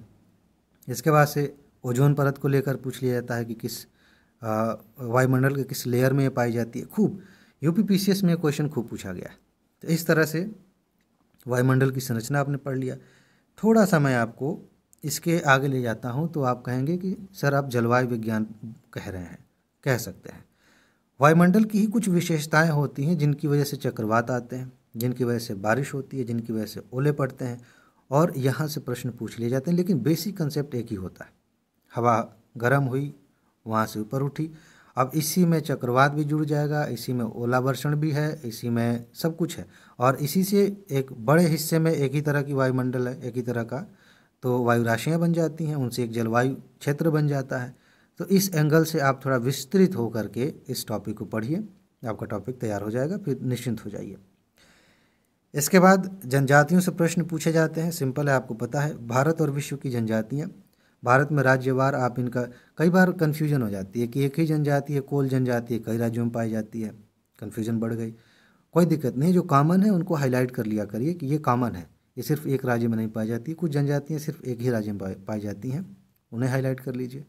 और ज़्यादातर कोशिश करिए कि एक जनजाति का क्षेत्र देखिए मोटा मोटा। इसमें हो सकता है कि 2-3 राज्य आ जाएं, लेकिन जैसे मान लीजिए कि उत्तर भारत की, पूर्वोत्तर की बहुत सी जनजातियाँ, लगभग जो मेजर जनजातियाँ वो एक से ज़्यादा राज्यों में पाई जाती हैं। तो क्षेत्र में आप कह सकते हैं कि पूर्वोत्तर में पाई जाती है, इतना तो समझ में आ गया। ठीक, बाकी थोड़ा धीरे धीरे एग्ज़ाम करीब आएगा तो थोड़ा स्पेसिफिक हो जाइए कि इसमें तो नहीं पाई जाती है वाली, बाकी हर जगह पाई जाती है पूर्वोत्तर में, ऐसे कर सकते हैं। विश्व की जनजातियाँ ज़्यादा नहीं है, एस्किमो है, पिग्मी है, इनके बारे में थोड़ा थोड़ा पढ़ लीजिए। मतलब 10-15 जनजातियाँ विश्व की हैं, उन्हें याद कर लीजिए। डिटेल में पढ़ने की ज़रूरत नहीं है, हालांकि पिछली बार थोड़ा डिटेल में पूछ लिया था क्वेश्चन, लेकिन आप सिर्फ इतना जानें कि जनजाति कहाँ पाई जाती है, आपका काम हो जाएगा। इसके बाद विश्व के भूगोल में आर्थिक भूगोल आप पढ़ते हैं। आर्थिक भूगोल में जानते हैं क्या आपको देखना है, जैसे दुनिया में अलग अलग जगहों पे, जैसे हमने भारत में पढ़ा था कि कोयला कहाँ पाया जाता है, लौह अयस्क कहाँ पाया जाता है, वैसे दुनिया में ऐसी जगह हैं जहाँ पर अयस्क पाए जाते हैं। तो कई बार तो डायरेक्ट उसी से पूछ लीजिए, जैसे जर्मनी का रूर क्षेत्र पूछ लिया गया। उन अयस्कों, उन खनिज क्षेत्रों के आसपास उद्योग लगाए गए हैं, और उद्योग जो लगाया गया उसका एक नाम रखा गया है, उस नाम से प्रश्न पूछ लिया जाता है। कैसे? एक प्रश्न ये पूछा जाएगा कि ये क्षेत्र कहाँ पर पाया जाता है, दूसरा प्रश्न पूछा जाएगा कि ये मतलब ये किस चीज़ के लिए फेमस है, बर्मिंघम किस लिए फेमस है, मैनचेस्टर किस लिए फेमस है, ऐसे प्रश्न पूछ लिए जाते हैं। और तीसरा लेयर इसी में है, थोड़ा सा आपको जटिल लग सकता है लेकिन पूछा जाता है कि यह क्षेत्र किस देश में है। ये ज़्यादा पूछा जाता है कि रूर क्षेत्र मिलान करने के लिए दे दिया, मैनचेस्टर मिलान करने के लिए दे दिया। तो ऐसे आपको पता होना चाहिए कि किस देश में है, वहाँ पे कौन सा उद्योग लगाया गया, कौन सा खनिज पाया जाता है, बस हो गया। इसके बाद अगले वीडियो में हम पॉलिटी की बात करेंगे, पॉलिटी के टॉप 10 टॉपिक्स। तो अभी आपको क्या करना है, पहले तो बैठ कर आराम से सोचिए कि कौन सा टॉपिक आपने नहीं तैयार किया है, उसे तैयार करिए। दूसरी चीज़, अगर इस समय में आपको लगता है कि तैयारी थोड़ी कमज़ोर पड़ रही है, तो सबसे बढ़िया उपाय यही है कि 34 साल वाली नोट लीजिए, उसके साथ रिवीजन नोट, करंट की भी नोट मिल रही है। इस बचे हुए समय में बेस्ट ऑप्शन आपके पास है। इस समय में आप बार बार रिवीजन कर सकते हैं, यहाँ से डायरेक्ट क्वेश्चंस दिखेंगे, मैं आपको सबूत दिखाऊंगा। ठीक है जी। तो व्हाट्सएप नंबर मैंने शुरू में ही दिया था, इस वीडियो के कमेंट में भी बता देता हूँ, नंबर दे देता हूँ, वहाँ जाके आप ले सकते हैं, मतलब मैसेज कर दीजिए, जानकारी मिल जाएगी, नोट ले लेंगे। ठीक है जी। तो आज बस इतना ही है, अपना ख्याल रखिए, खुश रहिए, मस्त रहिए, मुस्कुराते रहिए, जल्दी से सफल होइए और ज़िंदगी को एंजॉय कीजिए। आगे मिलते हैं, नमस्कार। नमस्कार दोस्तों, चलिए सीरीज़ को आगे बढ़ाते हैं। आप जानते हैं कि इस सीरीज़ में हम टॉप 10 टॉपिक्स डिस्कस कर रहे हैं जो यूपी पीसीएस प्रीलिम्स के लिए सबसे ज़्यादा महत्वपूर्ण है। अब तक हमने इतिहास के 10 टॉपिक्स देख लिए हैं, भूगोल के 10 टॉपिक्स देख लिए हैं। आज हम राज व्यवस्था यानी कि पॉलिटी की बात करने जा रहे हैं। एक एक टॉपिक बहुत ही ज़्यादा महत्वपूर्ण है और मैं फिर से आपको बता दूं, याद दिला दूं कि अगर आपने पॉलिटी में ये 10 टॉपिक्स नहीं तैयार किए हैं तो इसका सीधा सा मतलब है कि आपने इस विषय को पढ़ा ही नहीं है। हो सकता है कि कहानी आपने पढ़ी हो, थोड़ा बहुत जानते हो, लेकिन पीसीएस क्वालिफाई करने के लेवल पे आपने नहीं पढ़ा है। इसीलिए हर टॉपिक को फिर से देखिए, गंभीरता से देखिए, अपने आप से सवाल पूछिए कि कौन सा टॉपिक किस लेवल तक तैयार है, और जहां आप कमज़ोर हैं तुरंत भिड़ जाइए, तुरंत उसे तैयार करिए। बाकी जो आसान तरीका वो मैंने पहले भी बताया है। 34 सालों वाली नोट दी जा रही है, मैंने लगातार 3 सालों से सबूत दिखाया। पिछली बार 93 क्वेश्चन पूछे गए थे। कम समय में आप रिवीजन कर सकते हैं। उसका व्हाट्सएप नंबर दिया गया नोट लेने के लिए, कमेंट में जाके आप मैसेज करिए, नोट ले लीजिए। लेकिन पहले ये वीडियो देखिए और समझिए कि कौन से टॉपिक्स तैयार करने हैं। ये कुछ याद आ रहा है? जो लोग पहले से जुड़े हैं, जो दोस्त, वो जानते हैं कि मैं क्या कहने जा रहा हूँ। मैं बार बार कहता हूँ, यहाँ से हर साल क्वेश्चंस पूछे जा रहे हैं, एक से ज़्यादा क्वेश्चंस। कभी भी ऐसा नहीं हुआ कि सिर्फ एक पूछ लिया जाए, एक के बाद 2, 3, 4 क्वेश्चंस पूछे गए हैं। पंचायती राज, मैं क्या कहता हूँ, अगर आपने यूपी पीसीएस प्रीलिम्स में पंचायती राज से प्रश्न नहीं देखे, इसका मतलब ये है कि आपने यूपी पीसीएस प्रीलिम्स नहीं दिया, आप कहीं और गए थे, किसी और परीक्षा में गए थे। ये इतना महत्वपूर्ण है। और इसमें क्या पढ़ना है, कोई तीर नहीं मारना है इसमें, बहुत सिंपल सी बात है, बहुत छोटा सा टॉपिक है, कुछ ही चीज़ें पढ़नी है। सबसे पहले आप ये पढ़ लीजिए कि कौन सी समितियाँ बनाई गई थी पंचायती राज के लिए, उन समितियों ने क्या क्या अपने रिकमेंडेशंस दिए थे, हो गया, बहुत बड़ा हिस्सा कवर हो गया। उसके बाद पंचायती राज के लिए कौन से कानून आए, एक शहरी शासन के लिए आया था, एक ग्रामीण शासन के लिए, दोनों को स्थानीय शासन कहिए, पंचायती राज से ज़्यादा अच्छा है। तो ये कानून बनाए गए, संशोधन किया गया, कौन सा संशोधन था वो आपने तैयार कर लिया। उसके बाद से पंचायती राज में क्या प्रावधान किए गए हैं, क्या ओबीसी के आरक्षण की बात की गई है, महिलाओं के लिए कितना आरक्षण है, SC ST के लिए कितना आरक्षण है, कब चुनाव होता है, अध्यक्ष का पद कैसा होता है, जिले इसका कितने लेयर्स हैं, ग्राम स्तर पे, जिले स्तर से, ये सब मिला के 2 या 3 कितना है। इतना आपने पढ़ लिया, हो गया। मेरे ख्याल से ज़्यादातर लोग गांव से बिलोंग करते हैं। इस टॉपिक को पहचानना, पढ़ना बहुत आसान है, इसे मत छोड़िए, इसे अच्छे से तैयार करिए। इसके बाद से यूपी पीसीएस का फेवरेट टॉपिक दूसरा, मूल अधिकार। क्या आपको कोई भी ऐसा वर्ष याद है जिस समय मूल अधिकार से प्रश्न नहीं पूछे गए हैं? जाइए 34 साल वाला देखिए, आपको समझ में आएगा कि हर साल यहाँ से क्वेश्चन आ रहा है। इसमें 2 ही बातें याद रखनी है। सबसे पहले आप आर्टिकल 12 से लेकर 35 तक याद कर लीजिए, और पूरी कहानी नहीं, क्योंकि ये बहुत बड़ा टॉपिक है। अभी यूपीएससी के लिए आप देखेंगे, मैं पढ़ाता हूँ कितना लंबा ये लेक्चर होता है। पीसीएस के लिए आसान कर देता हूँ। पीसीएस के लिए मान लेते हैं कि आर्टिकल आपने 14 लिखा, उसके आगे इसमें कौन सी बात कही गई है उतना आपने याद कर लिया। ऐसे ही 12 से 35 तक आपने याद कर लिया, ये मेन बात हो गई। दूसरी बात, ये सबसे मेन बात है, इसके अलावा लगभग 20% चीज़ें बचती हैं। दूसरा यह है कि मूल अधिकारों से संबंधित जो रिट क्षेत्राधिकार हैं उसके बारे में थोड़ा पढ़ लीजिए। और मैंने कहा ना कि आर्टिकल के आगे थोड़ा सा आप नोट कर लेंगे, इसके बारे में चिंतन कर सकते हैं कभी कभी थोड़ा विस्तार से कहानी समझने के लिए कि भाई समानता का अधिकार क्या है, स्वतंत्रता का अधिकार क्या है। कहानी समझने के लिए आपने पढ़ लिया, लेकिन आर्टिकल याद है तो आपने कोर पॉइंट तैयार कर लिया। लेकिन अगर आप यही चीज़ यूपीएससी के लिए तैयार कर रहे होंगे तो मैं कुछ और कहूँगा। यूपीएससी के लिए मैं सीरीज बनाऊँगा कि कौन कौन से टॉपिक्स महत्वपूर्ण हैं। फिलहाल ये मूल अधिकार हो गया। प्रमुख अनुच्छेद बहुत ही महत्वपूर्ण है। आप हर साल देखिए अनुच्छेद 2 तरह से पूछे जा रहे हैं। पहले तो ये कि एक अनुच्छेद दे दिया गया और पूछ लिया गया कि बताइए यह किससे संबंधित है। ये पहला पैटर्न है। दूसरा पैटर्न है कि यहाँ पर 4 अनुच्छेद दिए गए हैं और उनसे संबंधित चीज़ें यहाँ पर लिखी गई हैं कि प्रावधान हो सकते हैं, कोई संस्था हो सकती है, इसके बारे में यह अनुच्छेद है। अब मिलान करने के लिए आपसे पूछ लिया गया, मिलाते रहिए। कैसे मिलाएंगे? जब आपने इन अनुच्छेदों को पढ़ा है तभी तो मिला पाएंगे। खास बात यह है कि इसके लिए आपको चिंतित नहीं होना है। अनुच्छेदों में ज़्यादातर जो प्रश्न आप देखेंगे या तो मूल अधिकारों के कुछ हो जाते हैं और साथ ही साथ नीति निर्देशक तत्व के हो जाते हैं। कुछ ऐसे हैं जो संस्थाओं से, जैसे मान लीजिए कि कैग के बारे में पूछ लिया, राष्ट्रपति से संबंधित अनुच्छेद पूछ लिया, निर्वाचन आयोग से संबंधित अनुच्छेद पूछ लिया, यूपीएससी से भी संबंधित पूछ लिया, तो कुछ संस्थाओं से।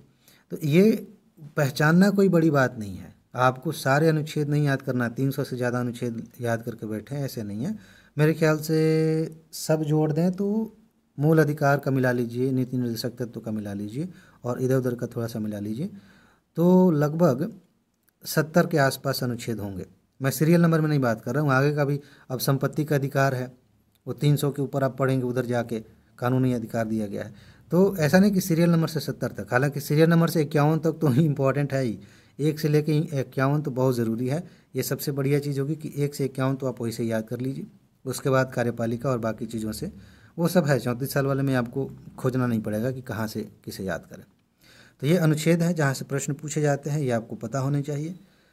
संवैधानिक विकास और संशोधन, इन दोनों को एक साथ मैंने कर दिया क्योंकि संशोधन भी एक तरह का संवैधानिक विकास ही है।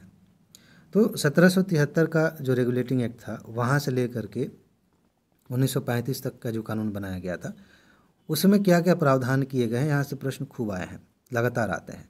संविधान बन गया है, संविधान के बाद से बहुत सारे संशोधन किए गए हैं, यहाँ से खूब क्वेश्चंस आते हैं। ये एक ही सीरीज़ का हिस्सा है। संविधान का एक बैकग्राउंड है और एक संविधान का विकास है। इन दोनों चीज़ों को मिला के आप पढ़िए और दोनों में बस एक ही चीज़ पढ़नी है कि इसमें प्रावधान क्या किया गया। 42वां संविधान संशोधन था तो क्या प्रावधान किया गया, 1919 का जो कानून बना था उसमें क्या प्रावधान किया गया। बस प्रावधान ही पढ़ लेना, आपका काम हो जाएगा। ठीक, और ये बहुत संक्षिप्त में, शॉर्ट में होना चाहिए, पूरी कहानी नहीं पढ़ना। इसके बाद अगला टॉपिक है विधायिका। विधायिका से क्या मतलब है? मैं संसद की भी बात कर रहा हूँ केंद्रीय स्तर पे और राज्य विधायिका की भी बात कर रहा हूँ। अब संसद में आप बात करेंगे तो लोकसभा, राज्यसभा, इनके बारे में पढ़िए। इनके जो पदाधिकारी होते हैं कौन, जैसे कि लोकसभा के अध्यक्ष हैं, राज्यसभा के सभापति हैं। इस बार तो सभापति से एक क्वेश्चन तय है, आप कारण जानते हैं, बहुत चर्चा में है। उपराष्ट्रपति आप कह लीजिए, उपराष्ट्रपति से क्वेश्चंस पूछे जाते हैं। तो इनके डबल रोल है, एक एंगल से आप उपराष्ट्रपति कहते हैं, दूसरे एंगल से राज्यसभा के सभापति कहते हैं। तो ये पदाधिकारी हो गए।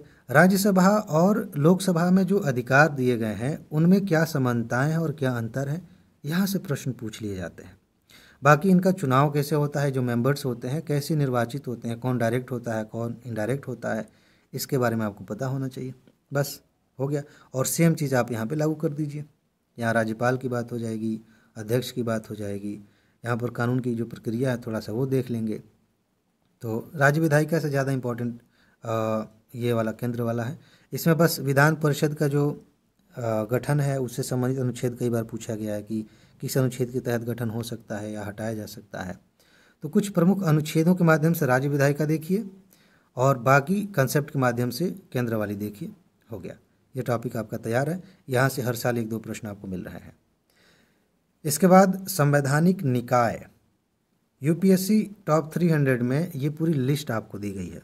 बहुत सारे दोस्तों ने ये नोट ली है जो पीसीएस की भी तैयारी करते हैं, क्योंकि देखिए पीसीएस के लिए ना ऐसा नहीं है कि अलग से आपके लिए इतिहास लिखा जाएगा, अलग से पॉलिटी लिखी जाएगी। वही चीज़ें पढ़ना होता है, बस एंगल बदल जाता है। पीसीएस में थोड़ा फैक्चुअल हो जाता है, यूपीएससी में थोड़ा कंसेप्चुअल हो जाता है, लेकिन आजकल यूपीएससी भी खूब फैक्ट्स पूछ रही है। तो टॉप 300 में ये पूरी लिस्ट आपको दी गई है, निर्वाचन आयोग से लेकर के आप यूपीएससी देखिए, वित्त आयोग देख लीजिए, जो ओबीसी आयोग है, एससी एसटी आयोग है, भाषाई अल्पसंख्यक के लिए है, कैग है, ढेर सारे जो संवैधानिक निकाय हैं उनके बारे में बात की। जो गैर संवैधानिक निकाय है वहाँ से भी हमने बात की है, उसकी नोट दी है। आपको क्या करना है, आपने टॉप 300 नोट लिए तो बहुत अच्छी बात है।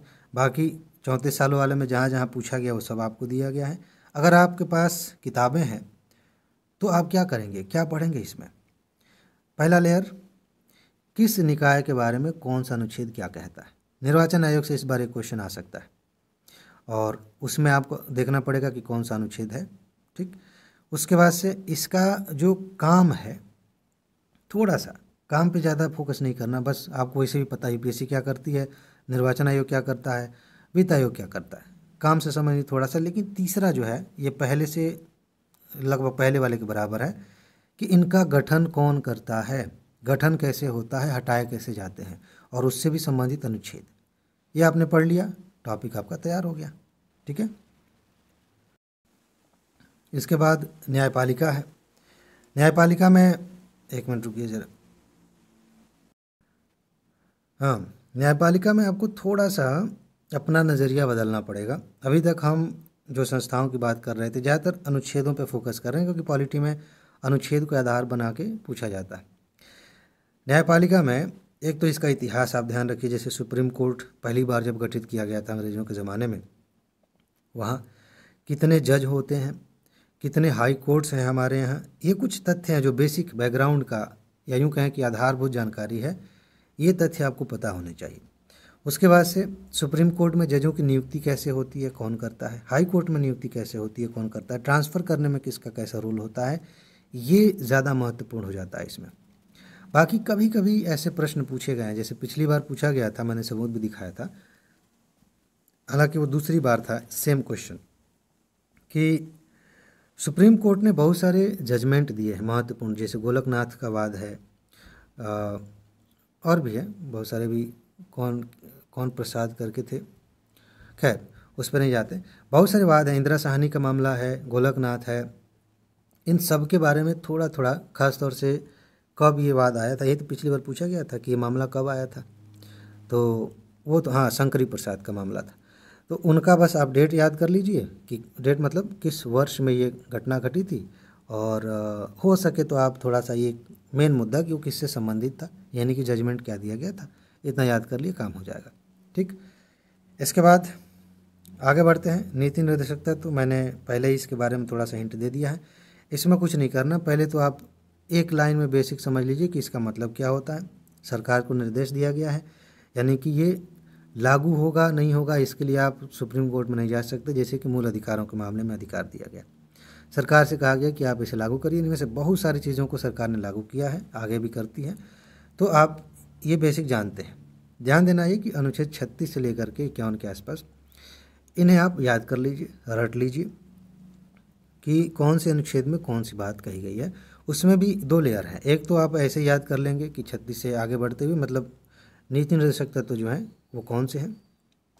इसके बाद इसमें कुछ संशोधन करके जोड़े गए हैं, उन्हें अलग से याद करना पड़ेगा, ध्यान रखना पड़ेगा कि 42वें संविधान संशोधन से डीपीएसपी में क्या क्या जोड़ा गया था, किस नीति निर्देशक तत्व को बाद में संशोधित करके मूल अधिकार बना दिया गया था। इस तरह के भी तथ्य हैं जो बार बार पूछे जाते हैं, यूपीएससी ने भी पूछे हैं, पीसीएस में भी आते हैं। ठीक, इस एंगल से तैयार करिए। इसके बाद से अगला टॉपिक प्रस्तावना और मूल कर्तव्य। छोटे छोटे टॉपिक्स हैं ये, लेकिन खूब पूछे गए हैं। प्रस्तावना में आपको जो शब्द दिखते हैं ना, उनका क्रम याद कर लीजिए। हम भारत के लोग भारत को क्या बनाना चाहते हैं, ये उद्देश्य दिया गया है, वो क्रम में याद कर लीजिए। उसमें भी आप देखेंगे कि प्रस्तावना में संशोधन किया गया है। तो एक बार तो यूपीएससी ने एक ही वर्ष में 3 प्रश्न पूछ लिए थे यहाँ से प्रस्तावना से, और ये संशोधन वगैरह मिला के क्रम भी पूछ लिया था, संशोधन भी पूछ लिया था। पीसीएस में तो आते ही रहते हैं। इसमें आपको क्या करना है कि शब्द क्रम में याद कर लिया आपने, ये देख लिया कितने तरह के न्याय की बात हो रही है, कितने तरह की स्वतंत्रता की बात हो रही है। उसके बाद संशोधन में कौन सा संशोधन था, कितने शब्द जोड़े गए थे, कौन सा शब्द कहाँ पे फिट किया गया, बस इतना ही है, आपने याद कर लिया, हो गया। क्या प्रस्तावना संविधान का हिस्सा है, यूपीएससी ने पूछा था, इसके बारे में थोड़ा सा आप पढ़ेंगे तो समझ में आ जाएगा। और अभी हम सुप्रीम कोर्ट की बात कर रहे थे, तो एक मामला आया था जिसमें कहा गया था कि नहीं है, एक आया था जिसमें कहा गया था कि है। अभी हम मान के चलते हैं कि है, लेकिन उस रूप में नहीं है जैसे बाकी के कानून हैं। ये गाइड करता है सुप्रीम कोर्ट को भी, सरकार को भी, कि आप किस दिशा में जाएंगे, तो इस एंगल से ये है, ज़रूरी है। बाकी मूल कर्तव्यों में कौन सा संशोधन किया गया था, इसके लिए एक समिति बनाई गई थी, ईश्वर सिंह, उसको याद रख लीजिए। उन्होंने क्या रिकमेंडेशन दिए थे, कितने का रिकमेंडेशन दिया था उन्होंने, कितने को जोड़ा गया, कौन सा संविधान संशोधन था, किस वर्ष में हुआ था, अभी फ़िलहाल कितने मूल कर्तव्य हैं, बस हो गया। इसके बाद इसका आखिरी जो है, संविधान का निर्माण और संविधान के स्रोत। अभी आप इसमें कंफ्यूज हो सकते हैं। मैंने कहा संविधान का विकास और संशोधन, अभी हमने देखा था, वो एक अलग चीज़ थी कि संविधान का विकास हो रहा है, रेगुलेटिंग एक्ट आ रहा है, और भी अधिनियम बनते चले जा रहे हैं, फिर संविधान बन गया, आज़ादी मिल गई, उसके बाद से संशोधन हो रहा है, वो एक अलग चैप्टर है। लेकिन बीच में एक कालखंड आता है जब संविधान हम बना रहे हैं, भारत के लोग बैठ के संविधान बना रहे हैं, वो जो टाइम पीरियड है वो अलग तरीके से महत्वपूर्ण है। जैसे कि संविधान निर्माण में समितियां बनाई गई थी। अब आपसे मैं पूछ लूं कि अंबेडकर साहब किस समिति के अध्यक्ष थे, तो ये आपको पता होना चाहिए। उसमें और कौन कौन से मेंबर्स थे, राजेंद्र प्रसाद किसके अध्यक्ष थे, जवाहरलाल नेहरू, पटेल जी, ये किसके अध्यक्ष थे, यहाँ से प्रश्न पूछा जाता है। साथ ही साथ संविधान के निर्माण में ही अलग अलग फेजेज आते हैं कि इस समय इस तारीख को हमने झंडा अपनाया था, इस समय संविधान को अंगीकार किया था, इस समय संविधान लागू हो गया था, ये प्रश्न भी पूछे जाते हैं। उद्देश्य प्रस्ताव इस समय पेश किया गया था, इस व्यक्ति ने पेश किया था, ये सब पूछा जाता है। संविधान के स्रोतों में निर्माण हो रहा है संविधान का, हम सीख रहे हैं दुनिया भर से कि अमेरिका में ये बात अच्छी हम ले लेते हैं, आयरलैंड में अच्छी चीज़ें हम ले लेते हैं, रूस में ये बात अच्छी ले लेते हैं। तो किस देश से हमने क्या सीखा, क्या अपने संविधान में शामिल किया, यहाँ से प्रश्न पूछे जाते हैं। तो इस तरह से ये 10 टॉपिक हमने देखे पॉलिटी के, जिन्हें आप तैयार करेंगे, इनके बिना काम नहीं चलने वाला। अगर आपने इस सीरीज़ के 70 टॉपिक, मैंने पहली वीडियो में बताया था मैं 70 टॉपिक्स बताने वाला हूँ, ये आपने तैयार कर लिया, आप निश्चिंत हो जाइए, मस्त रिवाइज़ करिए, थोड़ा बहुत टाइम मिले तो बाकी चीज़ें पढ़ लीजिए। आप पढ़ते रहिए, क्योंकि इन 70 टॉपिक से सिर्फ 70 प्रश्न नहीं आएंगे, एक टॉपिक ऐसा है जिससे 2, 3, 4 प्रश्न भी आ सकते हैं, समझ रहे हैं। तो इसलिए इसे पढ़िए। बाकी नोट के बारे में मैंने आपको बताया है, जाइए कमेंट में जाइए, वहाँ से नोट ले लीजिए, नंबर दिया गया है, आप उस पर मैसेज करेंगे, जानकारी मिल जाएगी। ऐप का भी लिंक है, ऐप से भी ले सकते हैं। अगली वीडियो में हम इकोनॉमी के 10 टॉपिक्स देखेंगे। तब तक अपना ख्याल रखिए, खुश रहिए, मस्त रहिए, मुस्कुराते रहिए, जल्दी से सफल होइए और ज़िंदगी को एंजॉय कीजिए। आगे मिलते हैं, नमस्कार।